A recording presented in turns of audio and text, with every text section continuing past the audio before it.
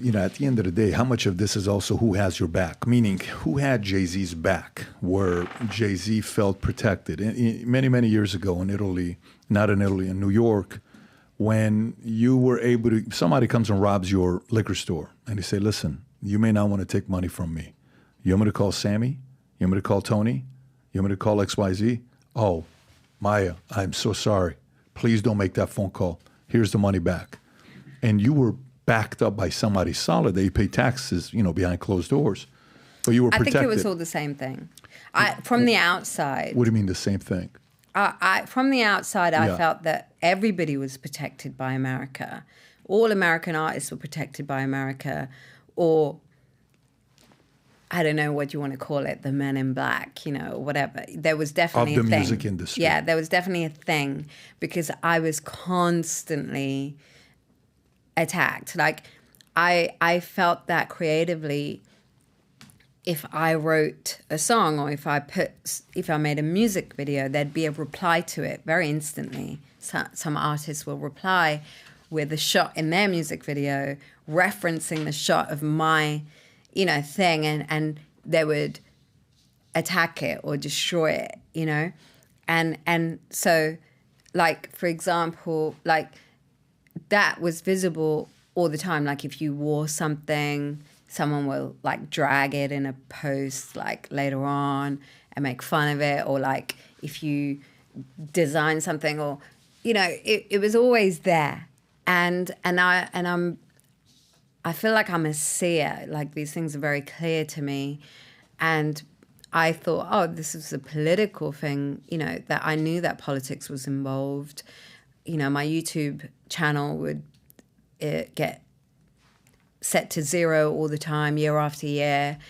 My videos look like nothing, you know, and that they did that, you know, and it was, and my fans couldn't really fight it. And eventually, at that time, I didn't want to monetize by selling my fans out in 210. I think it was a move towards a business model, and you had to collect data on your fans, you know, and companies were having to do this. And I think half of it is that, you know, again, is profit motivated, where, say, Interscope had to make a deal with Apple and make a deal with YouTube and make a deal with Facebook and all of these, you know, Silicon Valley and the industry, Hollywood, like, all of these things were one. And when that joining, you know, of all these companies were happening, when that happened, then yes, you had to fight for your position. And the only way you can fight for your position, if you say, yes, I can be controlled and I'm going to do this thing. And I already wasn't a contender because I've supported this whistleblowing company called WikiLeaks, you know, and I was making songs called Connected to the Google, Connected to the Government. So I couldn't have been in that. Well, your relationship with Ben today, your son's father, you guys have a good relationship? Yeah. A good relationship. Okay. Then I'm not sure if you'll be able to answer this because you probably answering it could hurt the relationship. I'll ask it anyways, and then you can refuse to answer or do whatever you want to do with it. So his father is one of the 2 most powerful people in the music industry because there's 2 of them, right? You got one side, you got the other side. Edgar Bronfman, you know, multi-billionaire, $2, $3, $4 billion guy. His son, Ben, who you're dating, who you have a son with, 15-year-old. And I can only imagine he's dating you. Edgar, the father, is going to call and say, Ben, what the fuck are you know, what's going on? You got to tell her she can't make comments like that. You got to realize your father is this, and industry this, and industry that, and it's not like they weren't dealing with a lot of controversy. There's a lot of controversy behind the Bronfman family with Edgar's 2 sisters and, you know, the sex, you know, all the stuff that was going on with these things. Would you ever get in a position where it was kind of like, look, for this relationship to continue, you got to stop saying some of the stuff that you say because you're hurting my relationship with my father? Did those things ever happen or no, not really? I don't want to get too much into it because I don't want it to affect my son. But we are from two different worlds. And again, I really do put it to like the way America runs versus my world, which is made up of all the other bits of the world.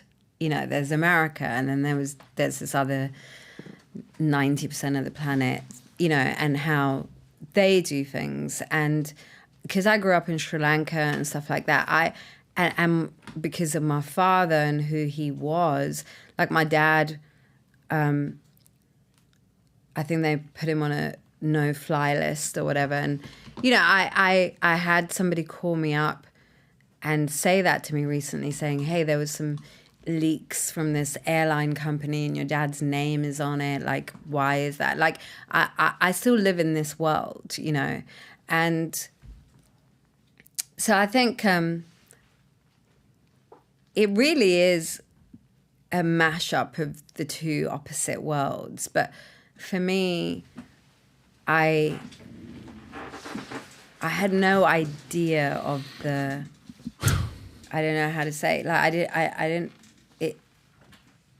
I don't know. I'm a musician, and yeah, but you're not any musician because it's just the first time I'm watching you. If I can be straight up with you, that I get a feeling you're walking on eggshells a little bit, and I understand. So I don't want to put you in a bad position, but you've always been the vocal one, right? You've been the one that says Barack Obama should be given his Nobel Prize of 2009 back, similar to who gave his M.I.A. back? Was it Lenin? Is that the one? Yeah, but I mean, we're talking about American elites. I think they're generally the same, whichever family it is.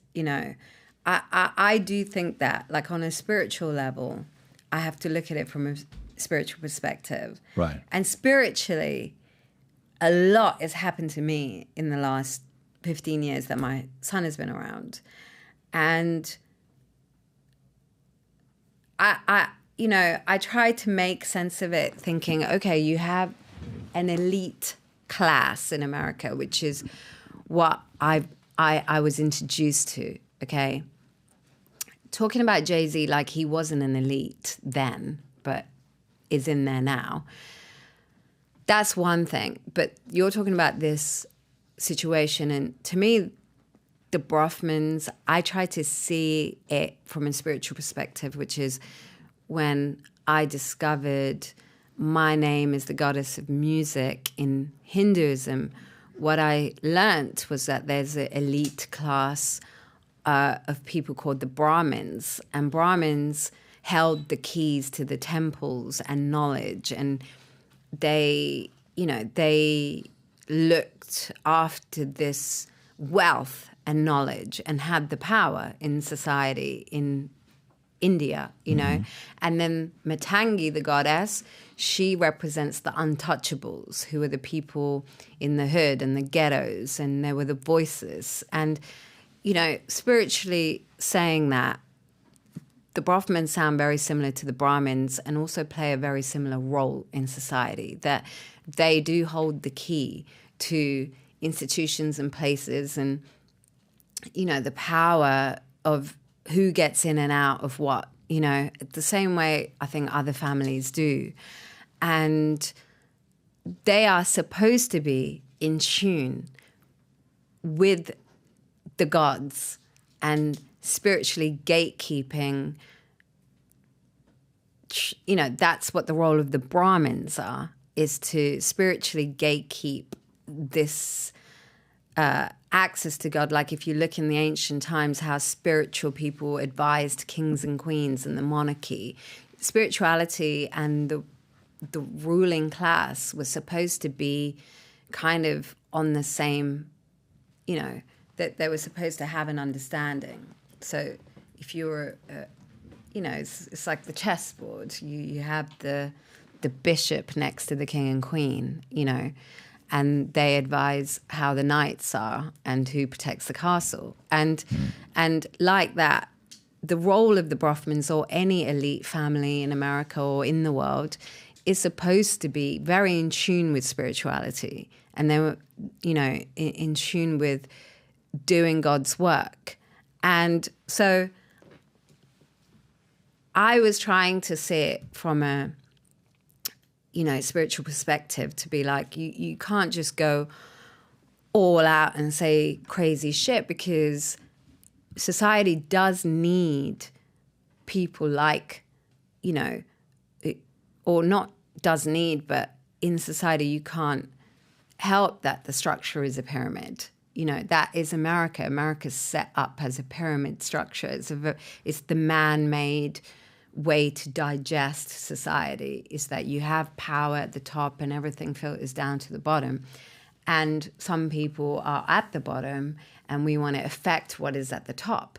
And this is the war. And I feel like, yes, I probably come from the upside down triangle where you're representing the people and you want to ask the questions about how you're being led, and they are the opposite, where they are at the top and they control, they're part of the system of what gets filtered down.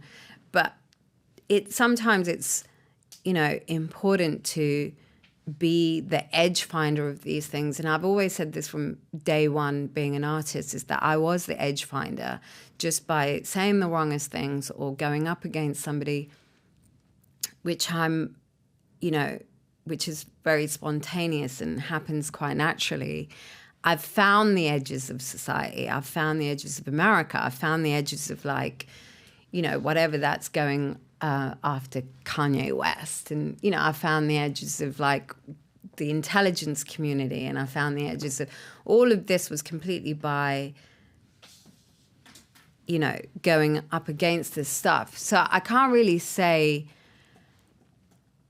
I know the shape of this thing and this is what this is because I don't know. I feel like my brain operates differently and I'm in a different way of understanding stuff. And it's not like me and Edgar are close, like we never were, I think it was always quite separate. And my son has this very separate understanding of the world, In these uncertain times, if there's anything we need people to believe the future looks bright. So if you've heard about me saying this mission to you, we're on a mission to get 1 million people to wear this gear. And this is what we're doing.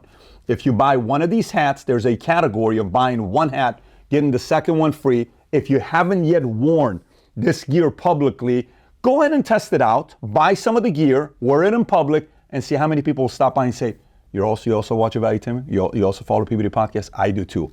Place your order. Go to vtmerch.com, click on the link above or below, place your order, and represent the VT and the PBD Podcast gear. So if you like this clip and you want to watch another one, click right here. And if you want to watch the entire podcast, click right here.